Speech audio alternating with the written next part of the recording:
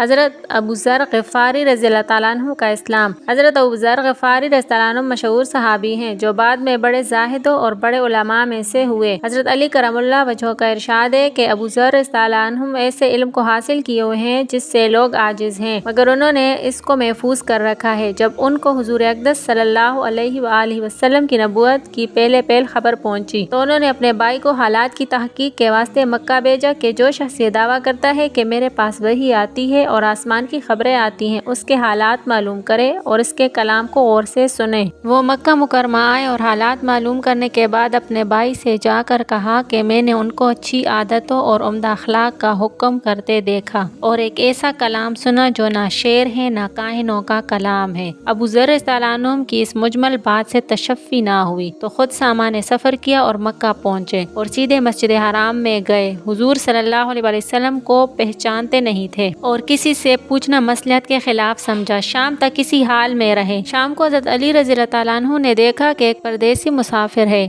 مسافروں کی، غریبوں کی، پردیسوں کی خبرگیری، ان کی ضرورتوں کا پورا کرنا ان حضرات کی گھٹی میں پڑا ہوا تھا، اس لیے ان کو اپنے گھر لے آئے، میزبانی فرمائی، لیکن اس کے پوچھنے کی کچھ ضرورت نہ سمجھی کہ کون ہو، کیوں آئے۔ مسافر نے بھی کچھ ظاہر نہ کیا۔ صبح کو پھر مسجد میں آ گئے اور دن بھر اسی حال میں گزرا کہ خود پتہ نہ چلا اور دریافت کسی سے کیا نہیں۔ غالباً اس کی وجہ یہ ہوگی کہ حضور صلی اللہ علیہ وآلہ وسلم کے ساتھ دشمنی کے قصے بہت مشہور تھے۔ آپ صلی اللہ علیہ وآلہ وسلم کو اور آپ صلی اللہ علیہ وآلہ وسلم کے ملنے والوں کو ہر طرح کی تکلیفیں دی جاتی تھیں۔ ان کو خیال ہوا ہوگا کہ صحیح حال معلوم نہیں ہوگا اور بدگمانی کی وجہ سے مفت کی تکلیف علیحدہ رہی۔ دوسرے دن شام کو بھی حضرت علی رضی اللہ تعالیٰ عنہ کو خیال ہوا کہ پردیسی مسافر ہے، بظاہر جس غرض کے لیے آیا ہے وہ پوری نہیں ہوئی، اس لیے اپنے گھر لے گئے اور رات کو کھلایا سلایا، مگر پوچھنے کی اس رات بھی نوبت نہ آئی۔ تیسری رات کو پھر یہی صورت ہوئی تو حضرت علی رضی اللہ تعالیٰ عنہ نے دریافت کیا کہ تم کس کام سے آئے ہو، کیا غرض ہے؟ تو حضرت ابو ذر رضی اللہ عنہ نے اول ان کو قسم اور عہد و پیمان دیے اس بات کے کہ وہ صحیح بتائیں،